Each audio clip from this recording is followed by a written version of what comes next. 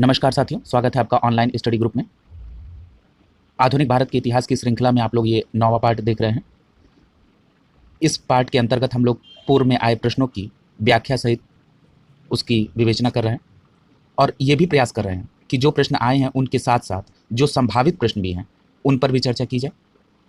चलिए शुरू करते हैं आज का सेशन। पहला प्रश्न है, महात्मा गांधी के पदार्पण से पूर्व भारत में राष्ट्रीय कांग्रेस की आंदोलन की दिशा को निम्नलिखित में से किस अंतर्राष्ट्रीय घटनाओं ने प्रभावित किया था? तो याद रखिएगा कि ये पूछ रहा है प्रश्न में कि महात्मा गांधी के भारत में आने से पूर्व राष्ट्रीय आंदोलन की दिशा को किस अंतर्राष्ट्रीय घटनाओं ने प्रभावित किया था। चलिए देखते हैं। पहला दिया है 1898 में इटली अबिसीनिया युद्ध। तो याद रखिएगा कि ये जो इटली और अबिसीनिया का ये जो युद्ध हुआ था, इसमें इटली की औपनिवेशिक शक्ति की क्या हुई थी? पराजय हो गई थी। ठीक है, यानी ये सही बात है, ये प्रभावित किया था।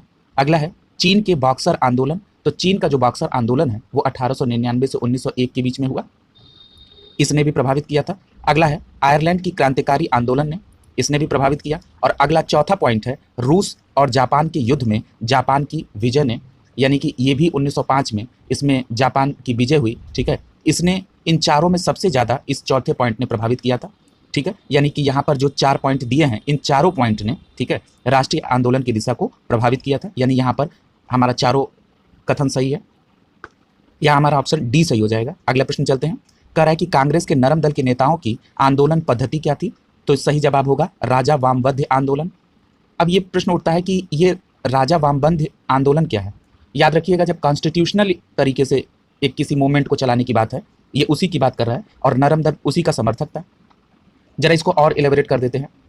इसके अंतर्गत था क्या कि नरम दल का ये मानना था कि हमें प्रशासन में भारतीयों की भागीदारी को और बढ़ाना चाहिए, उनकी भागीदारी की मांग करनी चाहिए और इसके साथ ही साथ जनता में राजनीतिक जागरूकता भी उत्पन्न करनी चाहिए। ये इस आंदोलन का, यानी इस पद्धति का ये मुख्य मोटो था। ठीक है, यानी प्रश्न संख्या 2 का सही आंसर बी होगा। अगला देखिए, करा निम्नलिखित में से किस आंदोलन के कारण भारतीय राष्ट्रीय कांग्रेस का विभाजन हुआ, जिसके फलस्वरूप नरम दल और गरम दल का उद्भव हुआ? तो सही जवाब होगा आपका स्वदेशी आंदोलन, ए विकल्प। याद रखिएगा, जब बंगाल विभाजन 1905 में हुआ तो उसकी प्रतिक्रिया के फलस्वरूप सबसे पहले स्वदेशी आंदोलन प्रारंभ हुआ। अब इन दो दलों के बीच में इस बात को लेकर मतभेद था कि गरम दल का यह मानना था कि स्वदेशी आंदोलन को बंगाल के चौखट से आगे बढ़ाना चाहिए और इसको केवल विदेशी कपड़ों के बहिष्कार तक ही सीमित नहीं रखना चाहिए। हमें अंग्रेजों के असहयोग को भी, उनके साथ किसी भी प्रकार का कोई भी कम्युनिकेशन न करें, कोई भी सहयोग न करें, इस लेवल तक हमको इसको ले जाना चाहिए था।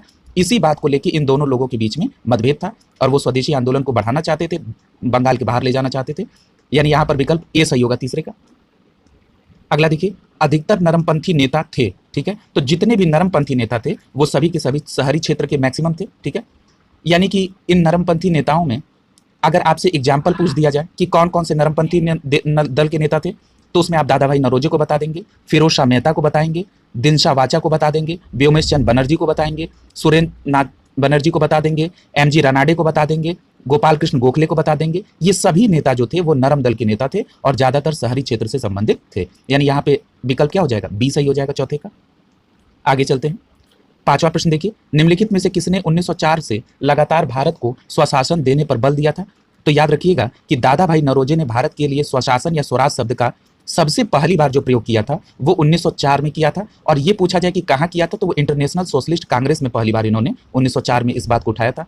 और उसके बाद आप देख रहे होंगे लिखा है 1904 से लगातार, यानी उसके बाद 1905 में बनारस के अधिवेशन में जिसकी अध्यक्षता गोपाल कृष्ण गोखले ने की थी। उसके बाद 1906 के कांग्रेस अधिवेशन में जिस अपने अध्यक्षीय भाषण में भी इन्होंने, दादा भाई नौरोजी ने इस बात की चर्चा की थी, इस बात की वकालत की थी। यानी पर यहाँ पर प्रश्न संख्या 5 का सही आंसर डी हो जाएगा, दादा भाई नौरोजी। अगला देखिए, करा निम्नलिखित में से कौन उग्रपंथी नहीं था? ठीक है, तो याद रखिएगा कि गोपाल कृष्ण गोखले, अभी हम लोगों ने पिछले प्रश्न की चर्चा में इस बात को पढ़ा था कि गोपाल कृष्ण गोखले नरमपंथी दल के नेता थे। और यहाँ पर नाम दिया है बाल गंगाधर तिलक, मदन लाल और ऊधम सिंह। एक बात और मैं स्पष्ट कर दूं कि 4 ऐसे उग्र विचारधारा के नेता थे जो काफी पॉपुलर है और अधिकतर प्रश्न पूछा जाता है। लाल बाल पाल, यानी लाल फॉर लाला लाजपत राय, बाल फॉर बाल गंगाधर तिलक और पाल फॉर बिपिन चंद्र पाल। ठीक है, यानी कि ये लाल बाल पाल, ये 3 लोग और चौथा नाम है अरविंद घोष का। ठीक है, ये 4 लोग मुख्य उग्रपंथी विचारधारा के समर्थक थे। यहाँ पर आपने मदन लाल को और उग्रपंथी में ऐड कर लीजिए, ऊधम सिंह को भी है, और यहाँ पर गोपाल कृष्ण गोखले नरम विचारधारा के थे। और आपकी जानकारी ये होनी चाहिए कि गोपाल कृष्ण गोखले गांधी जी के गुरु थे। ये राजनीतिक गुरु थे, यानी छठवें प्रश्न का आंसर डी हो जाएगा। अगला देखिए, कह रहा है कि किसने भारतीय राष्ट्रीय कांग्रेस पर प्रार्थना, याचना और विरोध की राजनीति का आरोप लगाया था, तो वो नाम था बाल गंगाधर तिलक का। ठीक है, यानी बाल गंगाधर तिलक ने कहा था कि कांग्रेस में जो उदारवादी दल के नेता हैं वो प्रार्थना, याचना और विनती पर विश्वास रखते हैं, जबकि हमको विरोध प्रदर्शन करना चाहिए, हमें अपने आत्मनिर्भरता की बात करनी चाहिए, न कि भिक्षावृत्ति की बात करनी चाहिए। ठीक है, और एक जानकारी आपको और होनी चाहिए कि 1906 के बाद जब आप भारतीय राजनीति में कांग्रेस के अंदर देखेंगे तो ये उग्रवादी विचारधारा के लोगों का उदय होना शुरू हो गया था। ठीक है, यानी कि यहाँ पर प्रार्थना, याचना, विरोध लिखा रहा है, ये भी बात बाल गंगाधर तिलक ने, या कई जगह इसके जगह पे अनुनय, विनय या विरोध शब्द लिखा रहता है तो वो भी बाल गंगाधर तिलक से, या इसके जगह पे लिख दे भीख मांगने वाली संस्था, तब भी आप बाल गंगाधर तिलक बताएंगे। ठीक है, यानी कि एक ही बात को कई अलग अलग तरीके से लिखकर और उसको कोरिलेट किया जाता है, तो आप इसी को ही कहते हैं कि रिपीटेड प्रश्न है। ठीक है, तो यानी कि ऐसा नहीं है कि हूबहू प्रश्न छप जाएगा तो वही रिपीटेड है, अगर उससे कोरिलेट हो रहा है तो वो रिपीटेड प्रश्न की श्रेणी में आएगा। ठीक है, 9वें का आंसर बी होगा। अगला देखते हैं, भारतीय राष्ट्रीय कांग्रेस आंदोलन के गर्मपंथी का प्रभावधीन रहा, अभी हमने आपको बताया था कि 1906 के बाद, यानी इस प्रश्न का आंसर ए हो जाएगा। अगला देखिए, कह रहा है कि शेरे पंजाब के नाम से कौन फेमस थे, तो शेरे पंजाब के नाम से लाला लाजपत राय को जाना जाता था। ठीक है, एक चीज और जान लीजिए कि इनको शेरे पंजाब के साथ साथ पंजाब केसरी के नाम से भी जाना जाता था। ठीक है, और अभी हमने आपको बता दिया कि लाल बाल पाल ये गरम दल के थे, यानी लाला लाजपत राय गरम दल के थे। ठीक है, यानी इस प्रश्न का आंसर सी हो जाएगा।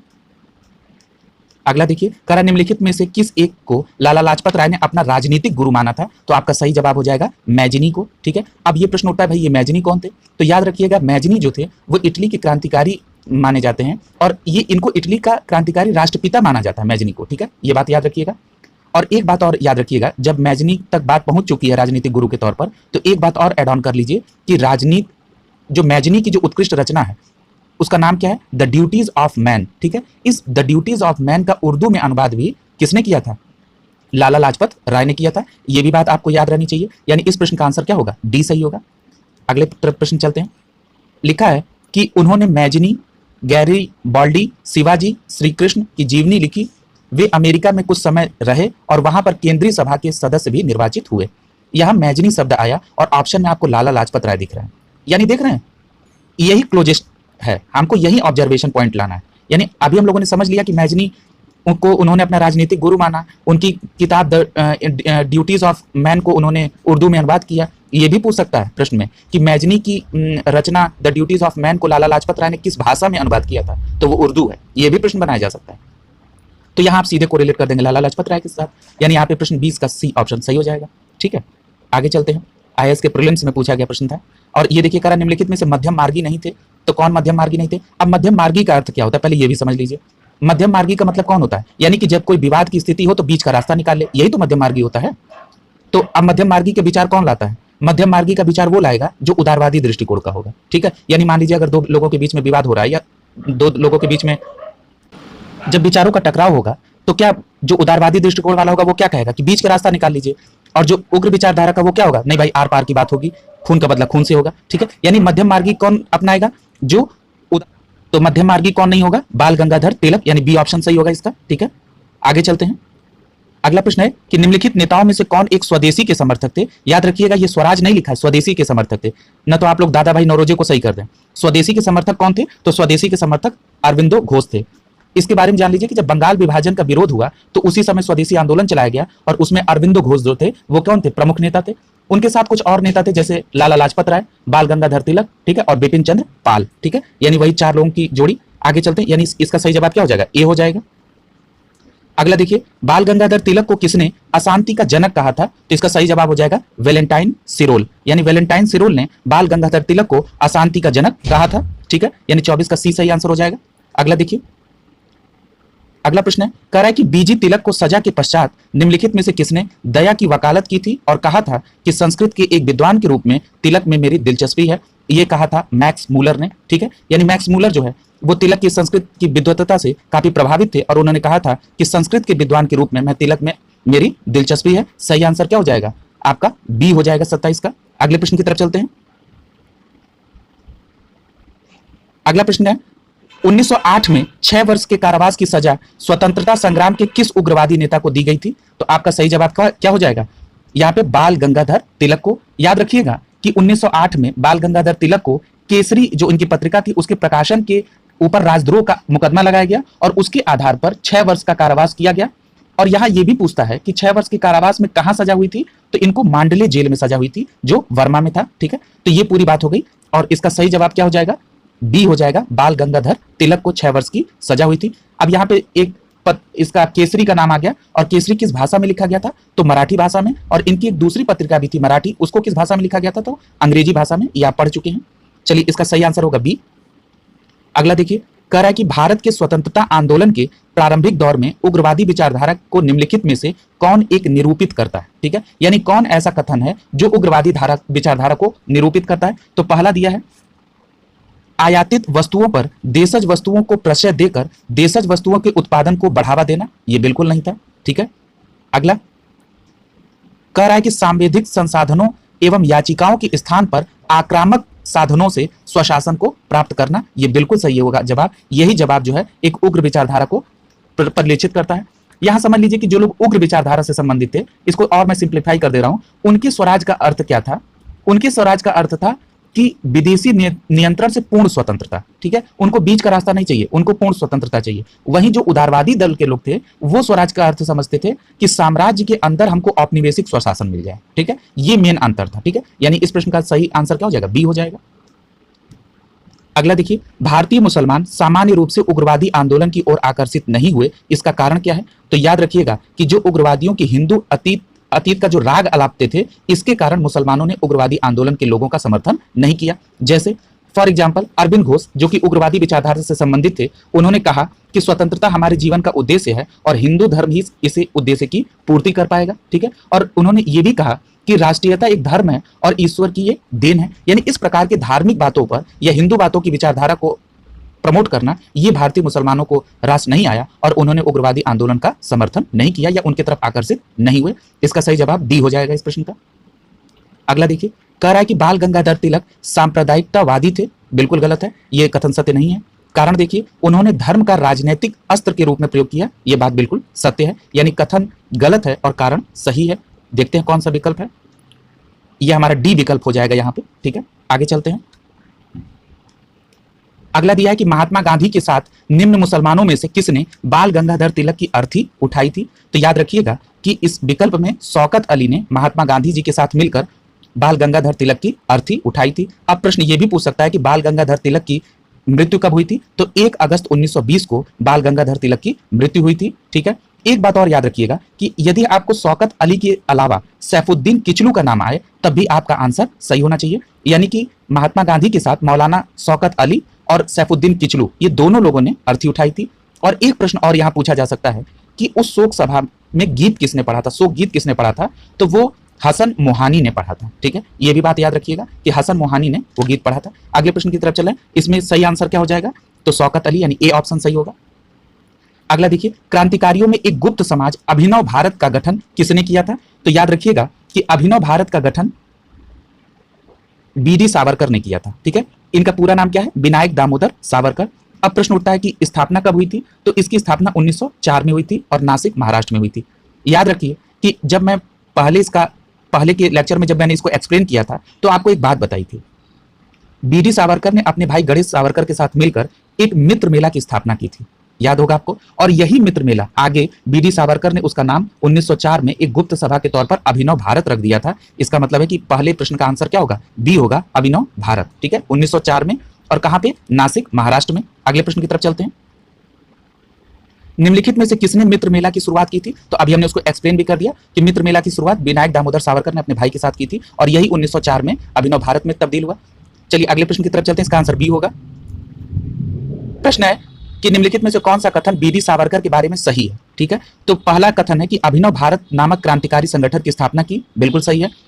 दूसरा स्टेटमेंट देखिए, भारतीय राष्ट्रवादियों को प्रेरित करने के उद्देश्य से उन्होंने मैजनी की जीवनी लिखी थी, यह भी कथन सत्य है। अब याद रखिए, मैजनी के संदर्भ में 2 लोगों का उल्लेख आपने अभी देख लिया, एक लाला लाजपत राय जी का देख लिया और यहाँ पर किसका, बी डी सावरकर का देख लिया। ठीक है, यानी कि मैजनी की जो जीवनी है वो किसने लिखी थी, बी डी सावरकर ने लिखी थी, यानी कि यहाँ दूसरा स्टेटमेंट भी सही है। तीसरा देखिए, उन्होंने भारत का स्वतंत्रता संग्राम 1857 नामक पुस्तक लिखी, जो 1857 के विद्रोह का एक राष्ट्रवादी दृष्टिकोण प्रदान करती है। यह भी कथन सही है, यानी बी डी सावरकर ने 1857 की क्रांति पर भारत का स्वतंत्रता संग्राम 1857 नामक पुस्तक लिखी थी। अगला है कि ब्रिटिश कैद से मुक्त होने के लिए वो चलते जहाज से कूद गए थे। ये भी बात सत्य है। अब जरा इस बात को, इस घटना को और मैं विस्तार से बता दे रहा हूं। जब बी डी सावरकर को इंग्लैंड से भारत लाया जा रहा था, ठीक है, तो वो जिस जहाज से आ रहे थे उसका नाम है मोरिया, ठीक है, एसएस मोरिया। अब वो जब आ रहे थे तो वो जहाज जो है वो मार्सेलिस में रुका, वहीं पर ये ब्रिटिश कैद से मुक्त होने के लिए चलते जहाज से कूद गए थे, ठीक है। यानी यहां पर आपका चारों कथन सही है, ठीक है। यहां पे आपका विकल्प ए हो जाएगा, यहां चारों कथन सत्य है। अगला देखिए, कह रहा है कि हेडगेवार ने किस वर्ष राष्ट्रीय स्वयंसेवक संघ की स्थापना की थी? तो ये 1925 में की थी, और अगर आपसे पूरी डेट पूछे तो 27 सितंबर 1925 को इसकी स्थापना की गई थी। और याद रखिएगा इनका मुख्यालय कहां पे है? तो नागपुर, महाराष्ट्र में है। आपका सही जवाब डी हो जाएगा। अगले प्रश्न की तरफ चलते हैं। दिया है कि युगांतर पार्टी का नेतृत्व किया था, तो युगांतर पार्टी का नेतृत्व जतेंद्र नाथ मुखर्जी ने किया था, ठीक है। एक बात और याद रखिएगा जतेंद्र नाथ मुखर्जी के साथ कि ये बंगाल के क्रांतिकारी थे, ठीक है, और इन्होंने युगांतर के साथ साथ अनुशीलन समिति और गदर पार्टी में भी अपना सहयोग दिया था, यानी अपनी सक्रिय भूमिका निभाई थी। एक बात और याद रखिएगा कि ये जो जतेंद्र नाथ मुखर्जी हैं, इनको बाघा जतेंद्र के नाम से भी जाना जाता है, यानी जतेंद्र नाथ मुखर्जी को बाघा जतिन के नाम से भी जाना जाता है। और इस प्रश्न का सही जवाब क्या हो जाएगा? ए हो जाएगा। अगला प्रश्न की तरफ चलते हैं। दिया है कि वह कौन थे जिन्होंने अनुशीलन समिति की स्थापना की थी? तो याद रखिएगा जब अनुशीलन समिति की स्थापना 1902 में कलकत्ता की बात की होगी तो वहां पर आप टिक करेंगे पी मित्र की, ठीक है। क्यों पी मित्र ने की थी? क्योंकि पी मित्र ने उसकी अध्यक्षता की थी। अब पी मित्र का पूरा नाम भी अगर कहीं लिखा जाए तो आप समझ लीजिएगा प्रमेयनाथ मित्र था इनका नाम पूरा, ठीक है। और इसके साथ साथ इनके साथ साथ जतेंद्र नाथ बनर्जी भी थे, जिनका नाम अभी हम लोगों ने बाघा जतिन देखा, और इनके साथ साथ बागेंद्र नाथ घोष भी थे, ठीक है। यानी बारिंद्र नाथ घोष और जतिन नाथ बनर्जी वो भी पी मित्र के साथ थे। देखिए बारिंद्र घोष का विकल्प में भी दिया हुआ है, लेकिन ये इनके साथ थे। चूंकि पी मित्र अध्यक्ष थे 1902 के अनुशीलन समिति के, इसलिए पी मित्र का नाम प्रमुखता से आएगा। यदि यही पूछेगा कि मिदनापुर 1902 की स्थापना किसने की थी, तो आपका जवाब होगा ज्ञानेंद्र नाथ बसु, ठीक है। ये पूरा अनुशीलन समिति के बारे में आपको पूरी बातें मालूम होनी चाहिए। एक प्रश्न और पूछा जाता है कि अनुशीलन समिति कैसी समिति थी? तो याद रखिएगा ये एक क्रांतिकारी संगठन था, ठीक है। यानी इस प्रश्न का आंसर क्या हो जाएगा? पी मित्र। पी मित्र का हमने पूरा नाम क्या बताया? प्रणयनाथ मित्र, यानी ए ऑप्शन सही हो जाएगा यहाँ। अगला देखिए, बारिंद्र नाथ घोष में निम्नलिखित में से किससे जुड़े थे? देखिए अभी हमने आपको बताया था ना कि बारिंद्र नाथ घोष किससे जुड़े थे? अनुशीलन समिति से जुड़े हुए थे, ठीक है। आपका सही जवाब क्या हो जाएगा? बी हो जाएगा, ठीक है। और ये उन्होंने इसकी स्थापना नहीं की थी, वो इसके साथ जुड़े हुए थे, ठीक है। यानी इसका आंसर क्या हो जाएगा? बी हो जाएगा। अगला प्रश्न देखिए, बाल गंगाधर तिलक को लोकमान्य के तौर पर विश्लेषण किया जाता है किस आंदोलन के कारण? तो इनको क्रांतिकारी आंदोलन के कारण ऐसा किया जाता है, ठीक है। और ये याद रखिएगा कि इनके ऊपर एक आरोप था कि 1857 में चापेकर बंधुओं ने जो प्लेग की कमेटी की अध्यक्षता कर रहे थे लेफ्टिनेंट आयरस्टर्स, उनकी हत्या कर दी थी, और ये माना जा रहा था कि इसकी साजिश में इन्हीं बाल गंगाधर तिलक की ही भूमिका है, और इसके कारण इनको 18 महीने की सजा हो गई थी। उसके बाद जब ये आए तो ये काफी लोकप्रिय हो गए थे, ठीक है। और इन्हीं क्रांतिकारी गतिविधियों के कारण इनको लोकमान्य कहा गया, यानी आपका इसका 16 का आंसर बी हो जाएगा। अगला प्रश्न देखिए, लिखा है स्वतंत्रता आंदोलन के क्रांतिकारी आतंकवादियों का पहला महत्वपूर्ण साहसी कार्य बर्रा डकैती का स्थान क्या था? ठीक है, तो पहले बर्रा डकैती को समझ लीजिए। ये 1908 में हुई बर्रा डकैती, ये पूर्वी बंगाल में स्थित है, ठीक है। और जो अगर आपसे ये पूछे कि बर्रा डकैती में इसका नेतृत्व किसने किया था, तो वो किया था पुलीन बिहारी दास ने किया था, ठीक है। तो ये आपका आंसर क्लियर हो गया होगा, ये पूर्वी बंगाल से संबंधित है। 1908 में पुलीन बिहारी दास ने इसका नेतृत्व किया था, यानी इसका सही जवाब सी हो जाएगा। अगला देखिए, कह रहा है कि मुजफ्फरपुर में किंग्स फोर्ड की हत्या का प्रयास कब किया गया था? तो याद रखिएगा कि जो मुजफ्फरपुर में जो किंग्स फोर्ड की हत्या का प्रयास था वो 1908 में हुआ था, और अगर पूरी डेट आपसे पूछी जाए तो 30 अप्रैल 1908 को। अब जरा इसको समझ लीजिए कि क्या मैटर था। ऐसा था कि 30 अप्रैल 1908 को ये मुजफ्फरपुर बिहार में पड़ता है, में खुदीराम बोस और प्रफुल्ल चाकी ने किंग्स फोर्ड पर बम फेंक दिया, लेकिन याद रखिएगा इसमें किंग्स फोर्ड बच गया था, ठीक है। और इसमें दुर्भाग्यवश किसी और की हत्या हो गई थी। वो कौन थे? वो कैनेडी के पत्नी और पुत्री उनकी मारी गई थी, ठीक है। और इसमें याद रखिएगा कि जो हमने दो नाम अभी आपको बताए कि खुदीराम बोस और प्रफुल्ल चाकी ने इस पर बम फेंका था, तो उसमें याद रखिएगा कि जो प्रफुल्ल चाकी थे वो पुलिस से बचने के लिए आत्महत्या कर लिए, और खुदीराम बोस को गिरफ्तार करके फांसी लगा दिया गया, ठीक है। तो कई बार ये प्रश्न पूछ देता है कि जो ये किंग्स फोर्ड मुजफ्फरनगर कांड में कौन किसने आत्महत्या कर ली थी या खुद गोली मार ली थी, तो वो प्रफुल्ल चाकी का नाम आएगा, ठीक है। याद रखिएगा इसका सही जवाब क्या हो जाएगा? 1908, यानी ए ऑप्शन। अगला देखिए, निम्नलिखित में से किसने बड़ी बुद्धिमानी के साथ अलीपुर षड्यंत्र के मामले में अरविंद घोष को बचाया था? तो सही जवाब होगा चितरंजन दास। जो अलीपुर षड्यंत्र है ये कब हुआ था? ये 1908 में हुआ था, ठीक है। और इसमें अरविंद घोष और उनके भाई वारिंद्र घोष भी इसमें गिरफ्तार हो गए थे, ठीक है। और उनको बचाया किसने था? चित्तरंजन दास ने बताया था। यहाँ पे ऑप्शन ए सही हो जाएगा। अगला देखिए, करा कि किस वर्ष हिंदुस्तान रिपब्लिकन एसोसिएशन की स्थापना हुई थी? यह प्रश्न बहुत पूछा जाता है, बहुत इंपॉर्टेंट है। याद रखिएगा कि जो अक्टूबर 1924 का समय था, ठीक है, और कानपुर में एक सम्मेलन बुलाया गया और उसी सम्मेलन में हिंदुस्तान रिपब्लिकन एसोसिएशन, इसको शॉर्ट फॉर्म में एचआरए कहते हैं, ठीक है, इसका गठन किया गया। अब ये प्रश्न पूछ देता है कि इसके संस्थापक अध्यक्ष कौन थे? तो याद रखिएगा कि जो हिंदुस्तान रिपब्लिकन एसोसिएशन 1924 में कानपुर में गठित हुई, उसके अध्यक्ष कौन थे? सचिंद्र सान्याल थे, ठीक है। और इसमें इनके साथ और कौन लोग थे संस्थापक में? राम प्रसाद बिस्मिल थे, योगेंद्रनाथ चटर्जी थे और चंद्रशेखर आजाद थे, ठीक है। और ये भी याद रखिएगा कि हिंदुस्तान रिपब्लिकन एसोसिएशन यानी एचआरए में के सदस्य के तौर पर भगत सिंह भी शामिल थे। यानी इस प्रश्न का आंसर क्या हो जाएगा? 1924, यानी बी सही होगा आपका आंसर। अगला देखिए, हिंदुस्तान रिपब्लिकन एसोसिएशन का गठन स्थापना कहाँ हुई? अभी हमने आपको बताया कानपुर में हुई थी, यानी बी ऑप्शन सही होगा यहाँ। अगला देखिए, कह रहा है कि अपनी फांसी के पूर्व निम्नलिखित क्रांतिकारियों में से किस एक ने दूध पीने हेतु दूध को अस्वीकार कर दिया था और कहा कि अब मैं केवल अपनी मां का दूध लूंगा? ये किसने कहा था? तो ये कहा था राम प्रसाद बिस्मिल ने कहा था, ठीक है। यानी इस प्रश्न का आंसर क्या होगा? सी सही होगा आपका। अगला प्रश्न है, लिखा है कि सरफरोशी की तमन्ना अब हमारे दिल में है, देखना है जोर कितना बाजुए कातिल में है। ये किसने कहा था? तो याद रखिएगा ये बिस्मिल ने कहा था। इनका पूरा नाम क्या है? इनका पूरा नाम बिस्मिल अजीम बादी है, ठीक है। या इनका जो वास्तविक नाम भी पूछा जा सकता है, तो इनका वास्तविक नाम क्या है? सैयद शाह मोहम्मद हसैन, ठीक है। सैयद शाह मोहम्मद हसैन है और इन्होंने ही जो है ये सरफरोशी की तमन्ना अब हमारे दिल में है ये लिखा था, ठीक है। यानी यहाँ पर आंसर आपका ए हो जाएगा। आगे चल रहे हैं, कह निम्नलिखित में से किस अंग्रेज सरकार ने काकोरी षड्यंत्र में फांसी पर चढ़ा दिया था? ठीक है, किसको फांसी पर चढ़ा दिया था? किसमें? काकोरी षड्यंत्र में। तो याद रखिएगा राम प्रसाद बिस्मिल को काकोरी षड्यंत्र में फंसा दिया गया था और इनको फांसी पर चढ़ा दिया गया था। अब जरा काकोरी कांड को पहले समझ लीजिए। काकोरी कांड का मतलब यह है कि 9 अगस्त 1925 को एक लखनऊ सहारनपुर संभाग में एक काकोरी जगह है, वहीं पर 8 डाउन सहारनपुर लखनऊ पैसेंजर में डकैती डाली गई और सरकारी खजाने को लूटा गया। इसी कांड को काकोरी कांड कहा जाता है। यानी काकोरी कांड कब हुआ था? 9 अगस्त 1925 को। अब ये समझिए कि ये किसके द्वारा किया गया था। तो अभी हमने आपको बताया था कि अक्टूबर 1924 में सचिंद्र सान्याल, राम प्रसाद बिस्मिल, चंद्रशेखर द्वारा कानपुर में एचआरए का गठन हुआ, यानी हिंदुस्तान रिपब्लिकन एसोसिएशन का, और इसी संस्था के द्वारा इस काकोरी कांड को अंजाम दिया गया, ठीक है। अब प्रश्न की मूल भाषा की तरफ आते हैं। ये पूछ रहा है फांसी पर किसको चढ़ाया गया? तो याद रखिएगा कि राम प्रसाद बिस्मिल, अशफाक उल्ला खां, रोशन लाल और राजेंद्र लाहिड़ी को, इन 4 लोगों को फांसी पर चढ़ाया गया और चंद्रशेखर आजाद जो थे वो फरार होने में कामयाब हो गए, वो बच गए थे। काकोरी षड्यंत्र में फांसी से बचने वाले एकमात्र कौन थे? चंद्रशेखर आजाद। अब यहाँ पर आगे चंद्रशेखर आजाद जी के भी बारे में जान लीजिए कि 27 फरवरी 1931 को इलाहाबाद में एक अल्फ्रेड पार्क है, ठीक है। इसी अल्फ्रेड पार्क में पुलिस की मुठभेड़ में ये शहीद हो गए थे, ठीक है। तो ये पूरी बात आपकी काकोरी षड्यंत्र से रिलेटेड पूरा 360 डिग्री में आपने समझा और इस प्रश्न का आंसर बी हो जाएगा। अगला देखिए, काकोरी षड्यंत्र कब हुआ था? तो अभी हमने आपको बता दिया 9 अगस्त 1925 को, आपका बी विकल्प सही होगा। अगला देखिए, निम्नलिखित में से कौन था जो काकोरी षड्यंत्र में फांसी की सजा से बच गए थे? तो हमने आपको बताया कि केवल चंद्रशेखर आजाद थे, यही बच के निकल गए थे और इनकी ये कब शहीद हुए? 27 फरवरी 1931 को अल्फ्रेड पार्क इलाहाबाद में। यानी इस प्रश्न का आंसर डी होगा। अगला देखिए, निम्नलिखित क्रांतिकारियों में से कौन काकोरी षड्यंत्र से नहीं जुड़े हैं? ठीक है, तो याद रखिएगा इसमें कौन नहीं जुड़ा है? भगत सिंह जो है काकोरी षड्यंत्र से नहीं जुड़े थे। ये प्रश्न बिल्कुल क्लियर कट याद रखिएगा, ठीक है। एचआरए के सदस्य थे भगत सिंह, लेकिन इस काकोरी षड्यंत्र में वो सम्मिलित नहीं थे, यानी उनका नाम नहीं जुड़ा था। यानी 33 का सी ऑप्शन सही हो जाएगा।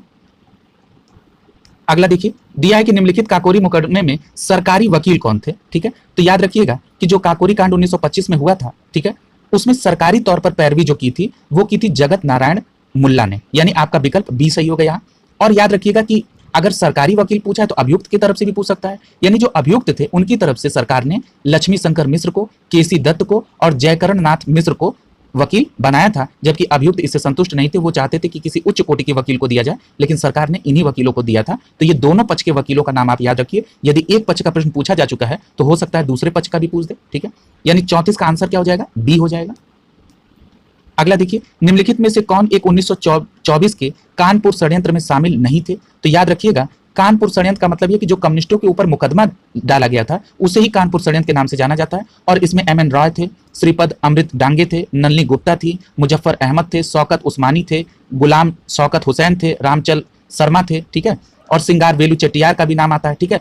और इसमें कह रहा है कि निम्नलिखित में से कौन नहीं थे, तो M.A. अंसारी नहीं थे, मुजफ्फर अहमद थे, नीलम गुप्ता थी और शौकत उस्मानी थे। ठीक है, और अन्य नाम हमने जो बताए उसको भी याद रखिएगा, क्योंकि ये यूपी पीसीएस 2021 का पूछा प्रश्न है। ठीक है, यानी कि देखिए कानपुर षड्यंत्र को ही और इलेबोरेट करके इसने पूछ दिया। आगे देखिए, अगला लिखा है कि दरो दीवार पर हसरत की नजर करते हैं, खुश रहो अहले वतन हम तो सफर करते हैं। ये लाइन किसने लिखा था, तो ये लाइन वाजिद अली शाह ने लिखा था। ठीक है, आगे चलिए, यानी डी ऑप्शन सही होगा इसका।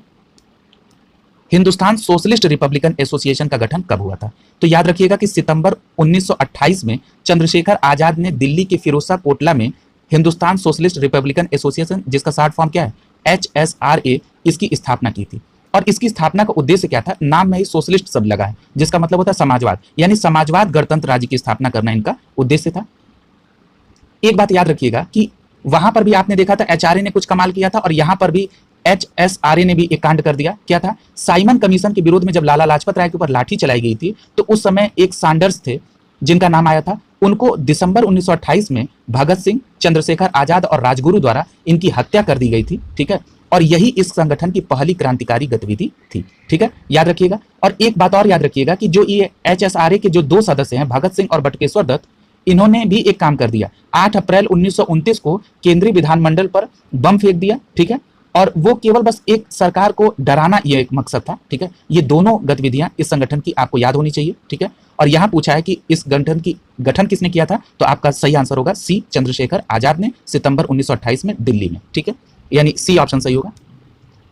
अगला देखिए, लिखा है कि केंद्रीय ब्रिटिश सरकार को सुनाने हेतु केंद्रीय विधानसभा पर 8 अप्रैल 1929 को किसने बम फेंका था, तो इसका भी हमने आपको बता दिया कि किसने फेंका था, भगत सिंह और बटुकेश्वर दत्त ने फेंका था, यानी 1 और 4 सही होगा इसका आंसर। ठीक है, यानी आपका डी ऑप्शन सही होगा इसका, इन्होंने ही इसको फेंका था। और ये लोग किससे संबंधित थे, HSRA से संबंधित थे। ठीक है, अगला देखिए, 1928 में हिंदुस्तान सोशलिस्ट रिपब्लिकन एसोसिएशन यानी HSRA का गठन कब हुआ, सितंबर 1928 में। कहां पर हुआ, तो हमने अभी आपको बताया दिल्ली के फिरोजा कोटला में, यानी बी ऑप्शन यहां सही होगा। अगला देखिए, क्रांतिकारी चंद्रशेखर आजाद को अंग्रेजों ने कैसे मार डाला, तो याद रखिएगा अभी हम लोगों ने पढ़ा कि मुठभेड़ में उनकी मृत्यु हुई थी, यानी सी ऑप्शन सही होगा इसका। इंकलाब जिंदाबाद का नारा किसने दिया था, तो याद रखिएगा यहां सही जवाब होगा भगत सिंह। एक बात और आपको याद रहनी चाहिए कि इंकलाब जिंदाबाद का जो नारा लिखा था वो मौलवी हसरत मोहानी ने लिखा था। ठीक है, और उसको लोकप्रिय बनाया था भगत सिंह ने, लेकिन चूंकि ऑप्शन में भगत सिंह ही रहता है और पूछा किसने दिया, तो आप भगत सिंह को ही मारेंगे। लेकिन अगर कहीं पे मौलवी हसरत मोहानी का नाम आ जाए, तो वो हजरत मोहानी का नाम आने पर प्रश्न को ध्यान से पढ़िएगा कि क्या पूछ रहा है, कि किसने लोकप्रिय किया या किसने लिखा, उस हिसाब से आप अपना आंसर दीजिएगा। और अगर हजरत मोहानी का नाम नहीं है, केवल भगत सिंह है, तो आप भगत सिंह को टिक करेंगे। ठीक है, यानी यहाँ पर इलेबोरेट करना जरूरी था। ठीक है, यानी ये ऑप्शन ए आपका यहाँ पे सी सही हो जाएगा, इंकलाब जिंदाबाद भगत सिंह, सी ऑप्शन सही होगा। अगला दिखा है, सरकार के विरोध में असेंबली पर बम फेंकने वाले भगत सिंह उस समय कितनी उम्र के थे, तो याद रखिएगा ये 21 साल से थोड़ा ज्यादा थे। ठीक है, अब यहाँ पे भगत सिंह की उम्र के बारे में भी जानकारी कर लीजिए, क्योंकि करंट में भी कुछ गतिविधियां ऐसी हुई हैं जो भगत सिंह की ओर समझने के लिए इशारा कर रही हैं। जैसे पंजाब में जो आम आदमी पार्टी की सरकार बनी, उन्होंने भगत सिंह के ही पैतृक गांव पर अपना शपथ ग्रहण समारोह किया। इस लिहाज से भी भगत सिंह का प्रश्न पूछा जाने की संभावना ज्यादा है, और चूंकि इससे पूर्व में रिलेटेड प्रश्न पूछे जा चुके हैं, तो ये और भी संभावना बढ़ जाती है। तो आइए इसको एक बार एक नजर भगत सिंह जी की चर्चा कर लेते हैं। भगत सिंह का जो जन्म है वो सितंबर 1907 में हुआ था, ये बात आपको मालूम होनी चाहिए। और जब उन्होंने ये केंद्रीय विधानसभा पर बम फेंका था, तो उस समय वो 21 वर्ष से ज्यादा के थे। और एक बात और आपको मालूम होनी चाहिए कि लाहौर षड्यंत्र में भगत सिंह को 23 मार्च 1931 को फांसी दे दी गई थी। ये मूलभूत बातें आपको जानकारी में रहनी चाहिए। इस प्रश्न का आंसर क्या हो जाएगा, बी हो जाएगा। अगला देखिए, भगत सिंह, राजगुरु और सुखदेव को फांसी कब दी गई, तो अभी हमने आपको बता दिया 23 मार्च 1931 को इनको फांसी दी गई। किस केस में दी गई थी, तो लाहौर षड्यंत्र में दी गई थी। ठीक है, और इन्होंने 8 अप्रैल 1929 को केंद्रीय विधानसभा पर बम फेंका था। ठीक है, अगला देखिए, भगत सिंह का स्मारक कहां पे है, तो आपका सही जवाब हो जाएगा फिरोजपुर में। ठीक है, याद रखिएगा भगत सिंह का स्मारक फिरोजपुर में, ए ऑप्शन सही होगा। अगला प्रश्न है, करा कि लाहौर षड्यंत्र कांड में निम्नलिखित में से किस क्रांतिकारी को फांसी नहीं हुई थी, तो आपका सही जवाब क्या होगा, बटुकेश्वर दत्त को। जरा लाहौर षड्यंत्र के बारे में समझ लीजिए कि लाहौर षड्यंत्र के मामले में 3 लोगों को मौत की सजा सुना दी गई। किसको किसको, भगत सिंह, राजगुरु और सुखदेव को। और इसके आधार पर 23 मार्च 1931 को इनको फांसी दे दी गई। जबकि जो बटुकेश्वर दत्त थे, इनको काला पानी की सजा हो गई थी। ठीक है, और इनको काला पानी की सजा देते हुए इनको सेल्युलर जेल अंडमान भेज दिया गया था। कई बार प्रश्न पूछता है कि सेल्युलर जेल अंडमान किसको भेजा गया था? तो आपको मालूम होना चाहिए बटुकेश्वर दत्त को भेजा गया था, यानी लाहौर षड्यंत्र में बटुकेश्वर दत्त को फांसी नहीं हुई थी। ए ऑप्शन होगा यहाँ पे। अगला देखिए, भारतीय स्वतंत्रता के लिए फांसी पाने वाले प्रथम रिकॉर्डेड मुस्लिम का नाम क्या है? तो आपका सही जवाब हो जाएगा अशफाक उल्लाह खां, यानी अशफाक उल्लाह खां वो पहले क्रांतिकारी थे मुस्लिम जिनको काकोरी षड्यंत्र में, ठीक है, इनको जेल हुई थी और बाद में इनको फांसी की सजा हो गई। अगर आपसे ये पूछा जाए कि अशफाक उल्लाह खां का जन्म कहाँ हुआ था, तो आप बता देंगे शाहजहांपुर उत्तर प्रदेश में हुआ था, क्योंकि उत्तर प्रदेश के लिहाज से ये इंपॉर्टेंट प्रश्न है, ठीक है। तो ये पहले रिकॉर्डेड थे, यानी इस प्रश्न का आंसर सी सही हो जाएगा। अगला देखिए, कह रहा है कि निम्नलिखित में से तिथि के अनुसार उनका क्रम बनाइए, ठीक है। तो चलिए तिथि देख लेते हैं। पहला मामला है लाहौर षड्यंत्र, ठीक है। तो लाहौर षड्यंत्र कब हुआ था? तो लाहौर षड्यंत्र के बारे में आपने अभी पढ़ा भी है इस बात को कि लाहौर षड्यंत्र का जो पहला केस हुआ था वो 1916 में हुआ था, और इसका जो दूसरा मुकदमा जो भगत सिंह से रिलेटेड है वो कब हुआ था? 1930 में हुआ था, ठीक है। तो इन दोनों बातों को ध्यान में रखना होगा। अब देखना है कि किसके हिसाब से, पहले षड्यंत्र के हिसाब से ले रहा है कि दूसरे। अगर पहले षड्यंत्र के हिसाब से देखें तो ये 1916 इसका मानिए। अब चलिए काकोरी मुकदमा, काकोरी मुकदमा कब हुआ था? तो काकोरी मुकदमा जो था वो कब हुआ था? 1925 में। मेरठ वाला मुकदमा कब हुआ था? 1929 में। और कानपुर का मुकदमा कब हुआ था? 1924 में। इस प्रकार आप इसको कोरिलेट कर लेंगे तो आपका आंसर आ जाएगा, ठीक है। इसका आंसर सी लिखा है, यानी लाहौर मुकदमे में जो दो इसमें बात मुकदमे हुए थे, एक 1916 में, एक 1930 में, ठीक है। यानी इसने 1916 का जो पहला षड्यंत्र था लाहौर का उसी को लिया है, यानी उस हिसाब से यहाँ पे विकल्प सी सही हो जाएगा। अगला दिया है कि निम्नलिखित में से कौन सुमेलित नहीं है? पहला दिया है हावड़ा षड्यंत्र 1910 में, बिल्कुल सही है। अगला दिया है विक्टोरिया षड्यंत्र 1914, सही है। लाहौर षड्यंत्र, देखिए मैंने अभी आपसे कहा ना कि ये दो बार में हुआ था, ये प्रथम षड्यंत्र और दूसरा लाहौर का ही। पहला हुआ था 1916 में और दूसरा षड्यंत्र जो भगत सिंह से संबंधित था वो 1930 में हुआ था, ये सही है। अगला है काकोरी षड्यंत्र, अभी हम लोग पढ़ चुके हैं। काकोरी षड्यंत्र कब हुआ था? 9 अगस्त 1925 को, जब वही रेल में डकैती पड़ गई थी। एक बात और याद रखिएगा, काकोरी षड्यंत्र में एक और मैटर अभी सामने आया है कि जो ये काकोरी षड्यंत्र हुआ था, अब इसको काकोरी कांड न कह के काकोरी केस कहते हैं, ठीक है। ये बदल दिया गया है इसका नाम, ये भी बात ध्यान में रखिएगा। अगले प्रश्न की तरफ चलते हैं, यानी इस प्रश्न का सही आंसर क्या होगा? डी होगा। अगला देख लीजिए, कह रहा है कि ये भी सुमेलित पूछ रहा कौन सा नहीं है, तो देख लीजिए। कह रहा है कि दिल्ली षड्यंत्र अमीर चंद, बिल्कुल सही है। काकोरी षड्यंत्र अशफाक उल्लाह, सही, अभी हम लोग पढ़ चुके हैं। लाहौर षड्यंत्र जतिन दास, पढ़ चुके हैं। नासिक षड्यंत्र रास बिहारी बोस, ये गलत है। नासिक षड्यंत्र से संबंध जो है रास बिहारी बोस का नहीं था, ठीक है, यानी डी ऑप्शन यहाँ पे सही होगा। अगला मिलान है, अब यहाँ मिलान के ज्यादा प्रश्न पूछे जा रहे हैं। अब देखिए, कह रहा है हावड़ा षड्यंत्र केस किससे संबंधित है? तो याद रखिएगा हावड़ा केस षड्यंत्र किससे संबंधित है? आप ये पढ़ चुके हैं, जतेंद्र नाथ मुखर्जी से। लाहौर षड्यंत्र का राजगुरु से। दिल्ली षड्यंत्र का किससे संबंध है? अमीर चंद्र से। और अलीपुर षड्यंत्र का संबंध किससे है? अरविंद घोष से है, ठीक है। अब आप लोग मिला लीजिएगा इसको। अगला प्रश्न देखिए, लिखा है कि मुजफ्फर अहमद, S.A. डोंगे और शौकत उस्मानी तथा नलिनी गुप्ता किस षड्यंत्र में कैद हुई थी? तो अभी आप लोग पढ़ चुके हैं, इनका संबंध किससे था? कानपुर षड्यंत्र से था, ठीक है। और वो कब हुआ था? 1924 में। याद रखिए, ये उत्तराखंड पीसीएस 2012 में पूछा था और रिपीट करके फिर पीसीएस 2021 में पूछ दिया, यूपी पीसीएस में। इसलिए प्रश्नों को बहुत गंभीरता से आप देखिए, ठीक है। अब यहाँ पर क्या हो जाएगा? इसका सही आंसर क्या हो जाएगा? कानपुर षड्यंत्र, ठीक है। और ये कब हुआ था? 1924 में हुआ था, यानी डी ऑप्शन यहाँ सही हो जाएगा। अगला प्रश्न देखिए, लिखा है कि निम्नलिखित में से किसने प्रसिद्ध चटगांव शस्त्रागार पर धावा आयोजित किया था? तो यहाँ पर बहुत फेमस नाम है, सूर्यसेन ने चटगांव शस्त्रागार पर धावा बोला था, ठीक है। याद रखिएगा कि ये जो सूर्यसेन है इनको मास्टर दा के नाम से भी जाना जाता है। और एक बात और सूर्यसेन जी के बारे में जानना आपको जरूरी है कि इन्होंने बंगाल में इंडियन रिपब्लिक आर्मी यानी IRA की स्थापना की थी, और इन्होंने इसी संस्था के लोगों को इकट्ठा करके 18 अप्रैल 1930 को अंग्रेजों के विरुद्ध युद्ध की घोषणा कर दी, जिसमें ये बाद में गिरफ्तार भी हुए और इनके ऊपर मुकदमा चला के 12 जनवरी 1934 को इनको फांसी की सजा दे दी गई, ठीक है। ये पूरे सूर्यसेन से संबंधित जानकारी है, कहीं से ये बहुत पॉपुलर प्रश्न है, इसलिए इसको 360 डिग्री में समझना जरूरी था। यहाँ आपका सही जवाब बी हो जाएगा।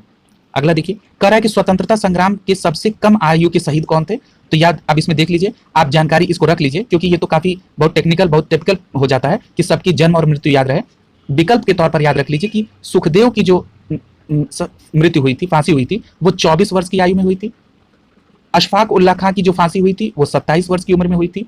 खुदीराम बोस की जो फांसी हुई थी वो 18 वर्ष 8 माह पे हुई थी। और जो हेमू कालड़ी थे, इनकी जो फांसी हुई थी ये 19 वर्ष 9 माह की थी। तो इस हिसाब से इसमें सबसे कम उम्र के कौन हुए? खुदीराम बोस हुए, ठीक है। इस बात को एक फैक्ट के तौर पर याद कर लीजिए, ताकि अगर ये प्रश्न रिपीट हो तो आपका गलत ना हो, यानी इसका सी ऑप्शन सही होगा। अगला देखिए, सूची सुमेलित करने के लिए पूछ रहा है, अभिनव भारत का संबंध किससे? बी डी सावरकर, पढ़ चुके हैं। अनुशीलन समिति का संबंध किससे? अरविंद घोष, पढ़ चुके हैं। अगला है गदर पार्टी, लाला हरदयाल, पढ़ चुके हैं। स्वराज पार्टी, सी आर दास, ये भी आप पढ़ चुके हैं, ठीक है। यानी इस प्रकार आप मैचिंग इजिली कर ले जाएंगे। अगला देखिए, अगला दिया है कि अभिनव भारत का संबंध किससे है? तो अभी आपने पढ़ा है कि बी डी सावरकर से है। अगला है मित्र मेला, ये भी बी डी सावरकर से संबंधित है। अगला है इंडियन रिपब्लिक आर्मी, ये किसके साथ है? एस एन सेन के साथ है, ठीक है। अगला है हिंदुस्तान रिपब्लिकन एसोसिएशन, सचिंद्र नाथ सान्याल, जो कानपुर में स्टैब्लिश हुआ था 1924 में, ठीक है। इस प्रकार आप इजीली मैच कर ले जाएंगे। हम लोगों ने इस पर डिटेल चर्चा कर ली है, तो अब आपको यहाँ कॉन्फिडेंस भी आ रहा होगा। अगला देखिए, चटगांव शस्त्रागार, अभी आपने देखा कि सूर्यसेन का नाम जुड़ा हुआ था। अगला है काकोरी षड्यंत्र, तो इससे किसका? रामप्रसाद बिस्मिल जी का। अगला है लाहौर षड्यंत्र, तो लाहौर षड्यंत्र से किसका नाम जुड़ा है? जतिन दास का, ठीक है। और अगला है गदर पार्टी, तो गदर पार्टी लाला हरदयाल ने कब स्टैब्लिश की थी? 1913 में। यानी इस प्रकार आप इसको इजिली कर लेंगे। अगला है, ये भी मैचिंग करने के लिए पूछ रहा है कि जतिन दास, ठीक है। जतिन दास का मैच किससे है? भूख हड़ताल से। ये भी जानकारी ऐड ऑन कर लीजिए कि जब लाहौर षड्यंत्र केस में इनको जेल में बंद किया गया था जतिन दास को, तो वहां वो भूख हड़ताल पर बैठ गए थे, ठीक है। और इनकी उसी भूख हड़ताल के दौरान इनकी 63 दिन में इनकी भूख हड़ताल चली और उसके बाद इनकी मृत्यु हो गई। ये 23 सितंबर 1929 की इनकी मृत्यु हुई। कई बार परीक्षा में ये भी पूछा जाता है कि कितने दिनों तक भूख हड़ताल पर रहे, तो ये 23 दिन तक भूख हड़ताल पर रहे और ये इनकी मृत्यु भूख हड़ताल से जतिन दास की। अगला है चंद्रशेखर आजाद, ये मुठभेड़ में कहा? अल्फ्रेड पार्क, प्रयागराज में। अगला है भगत सिंह, इनको फांसी दे दी गई थी, ठीक है। अगला है कल्पना दत्त, ये आजीवन इनको कारावास हो गया था, ठीक है। इस प्रकार आपने मैच कर लिया। अगला देखिए, बी हो जाएगा इसका।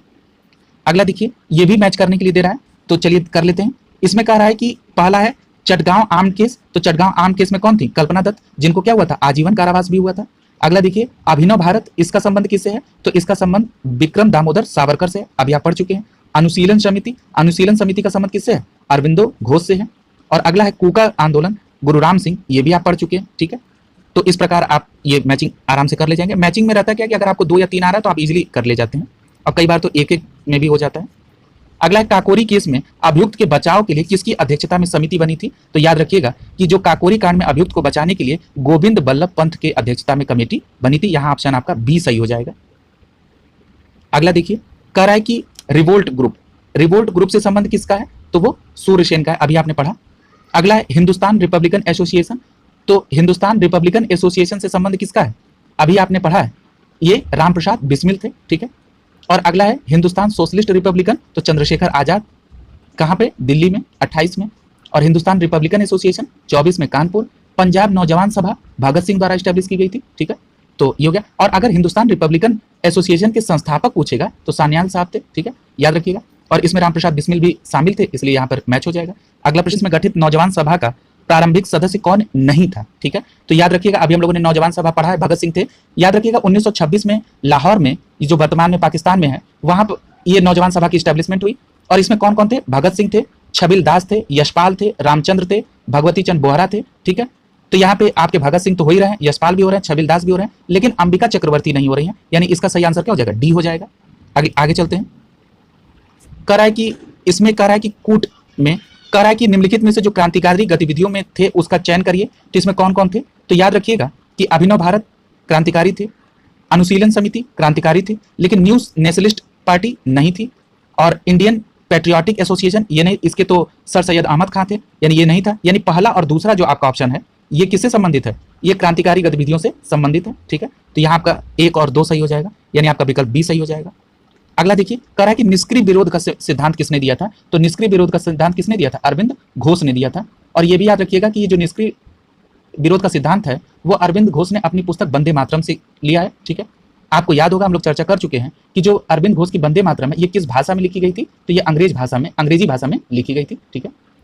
और इसमें ये निष्क्रिय विरोध का मतलब क्या है? निष्क्रिय विरोध का मतलब यही है कि जब तक अंग्रेज चले नहीं जाते हैं उनके खिलाफ लगातार प्रदर्शन बना रहे, ठीक है, ये है। और यहाँ पे संबंध डी से हो जाएगा इस प्रश्न का। अगला देखिए, कह रहा है कि निम्नलिखित में से कौन सा कूट सही है? तो कह रहा है कि सुभाष चंद्र बोस ने फॉरवर्ड ब्लॉक की स्थापना की थी, ये बिल्कुल सही है। 3 मई 1939 को सुभाष चंद्र बोस ने फॉरवर्ड ब्लॉक की स्थापना की थी। कल जब हम लोग भारतीय राष्ट्रीय कांग्रेस पढ़ रहे थे तो आपने उसमें त्रिपुरी अधिवेशन के बारे में पढ़ा था। वो 1939 में त्रिपुरी अधिवेशन में सुभाष चंद्र बोस ने भारतीय राष्ट्रीय कांग्रेस से त्यागपत्र दे दिया, और याद होगा उसके बाद उस अधिवेशन की अध्यक्षता राजेंद्र प्रसाद ने की थी। और उसी त्यागपत्र के बाद सुभाष चंद्र बोस ने मई 1939 में फॉरवर्ड ब्लॉक की स्थापना की थी, ठीक है, यानी ये पहला कथन सत्य है। अगला है कि Bhagat Singh Hindustan republican socialist association के संस्थापकों में से एक थे, ये भी कथन आपका बिल्कुल सत्य है, ठीक है, यानी कि ये दोनों कथन आपका सही है, यानी यहाँ पे सी ऑप्शन आपका आंसर हो जाएगा। देखिए सारे प्रश्न कहीं ना कहीं से कोरिलेट होकर आ जा रहे हैं। कह रहे निम्नलिखित में से किस क्रांतिकारी को फांसी गोरखपुर में दी गई थी? तो याद रखिएगा कि गोरखपुर में फांसी जो थी वो रामप्रसाद बिस्मिल को दी गई थी। अभी आपने काकोरी कांड के बारे में पढ़ा था, 9 अगस्त 1925 को हुआ था। उसके बाद मुकदमा चला के जो फांसी दी गई थी उसमें किसको किसको दी गई थी? तो आपने पढ़ा रामप्रसाद बिस्मिल को दी गई, अशफाक उल्लाह खां को दी गई, रोशन सिंह को दी गई और राजेंद्र लाहिड़ी को दी गई। तो इनको अलग अलग जगह पे फांसी दी गई। जैसे यहाँ प्रश्न में पूछा कि गोरखपुर में किसको दी गई, तो रामप्रसाद बिस्मिल को दी गई। राजेंद्र लाहिड़ी को कहाँ दी गई? गोंडा में दी गई। रोशन सिंह को कहाँ दी गई? इलाहाबाद में दी गई। और अशफाक उल्लाह खां को कहाँ दी गई? फैजाबाद में दी गई। अब ये हम लोगों का ये प्रश्न 360 डिग्री में क्लियर हो गया। अगर अब इनके अलावा भी किसी को पूछेगा तो आप उसका आंसर सही कर ले जाएंगे। यानी इस प्रश्न का आंसर क्या होगा? रामप्रसाद बिस्मिल, यानी ए ऑप्शन सही होगा इसका। अगला देखिए, कह रहा है कि निम्नलिखित में से किस क्रांतिकारी नेता ने कलकत्ता के क्रूर पुलिस कमिश्नर चार्ल्स टेगार्ड की हत्या का प्रयास किया था? तो आपका सही जवाब क्या होगा? किसने चार्ल्स टेगार्ड की हत्या का प्रयास किया था? तो वो होगा गोपीनाथ साहा ने, ठीक है। याद रखिएगा कि ये 1924 की घटना है कलकत्ता की, ठीक है। वहां पर उन्होंने गोपीनाथ ने चार्ल्स टेगार्ड के ऊपर हमला किया था। ये तो बच गए थे लेकिन इनकी जगह पे अर्नेस्ट डे को गोली लग गई, ठीक है। तो ये बात आपको पूरी मालूम होनी चाहिए। इस प्रश्न का आंसर डी सही होगा। ये आरओ के मेंस 2016 में पूछा गया था। अगला देखिए, कह रहा है कि निम्नलिखित में से किस महिला क्रांतिकारी ने दीक्षांत समारोह में अपनी उपाधि डिग्री ग्रहण करते समय अंग्रेज कुलापति को गोली मार दी थी? तो ये सही जवाब होगा बीना दास ने। ये फरवरी 1932 में बीना दास ने दीक्षांत समारोह के समय वहां के गवर्नर पर गोली मार दी थी, मतलब हमला कर दिया था। यानी कि इसका आंसर क्या हो जाएगा? सी सही हो जाएगा। किसने कहा था कि आलोचना और स्वतंत्र चिंतन एक ही क्रांतिकारी की दो विशेषता है? वो किसकी? तो वो कहा था भगत सिंह ने। भगत सिंह ने कहा था कि आलोचना और स्वतंत्र चिंतन एक क्रांतिकारी की दो विशेषता है। यानी इन्होंने कहा था कि यदि आप क्रांतिकारी विचारधारा के हैं तो आप आलोचना और स्वतंत्र चिंतन करते होंगे, ठीक है। ये बात किसने कही थी? भगत सिंह ने कही थी। अगला प्रश्न देखिए, कह रहा है कि लाठी क्लब की स्थापना किसके द्वारा की गई थी? तो आपको अभी हमने पूर्व में इसका जिक्र किया कि बाल गंगाधर तिलक ने गणपति महोत्सव और शिवाजी महोत्सव, ये दो महोत्सव चलाए थे। यहाँ पर लाठी क्लब भी जुड़ गया। और इसके अलावा एक बात और याद रखिए कि इन्होंने हिंदू अखाड़ा भी स्टैब्लिश किया था। यानी आपने यहाँ किसको किसको जान लिया?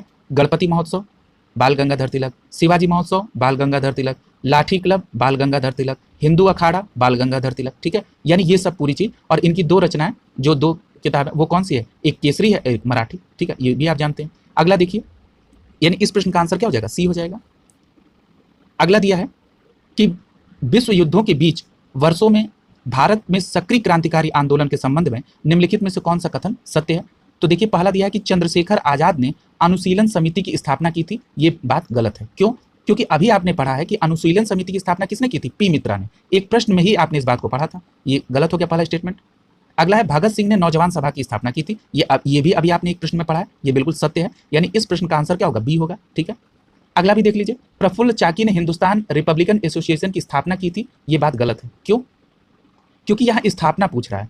तो हिंदुस्तान रिपब्लिकन एसोसिएशन यानी जिसको एचआरए कहते हैं, इसकी स्थापना कब हुई थी? 1924 में कानपुर में। और किसने की थी? तो सचिन नाथ सान्याल, रामप्रसाद बिस्मिल और जोगेश चटर्जी ने की थी, ठीक है।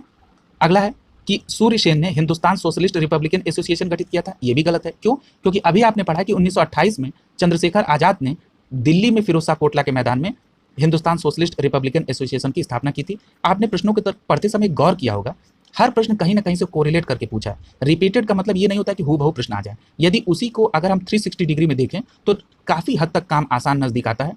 इसलिए मैं बार बार कहता हूं कि आप अपनी स्ट्रैटेजी के साथ हमारी इस स्ट्रैटेजी को भी जोड़ लीजिए। निश्चित तौर पर एक सकारात्मक परिणाम निकलेगा। यही ऑनलाइन स्टडी ग्रुप की एकमात्र विचारधारा है। इसी विचारधारा के साथ आगे चल रहा है, क्योंकि वो कभी भी अपने विचार को थोपता नहीं है।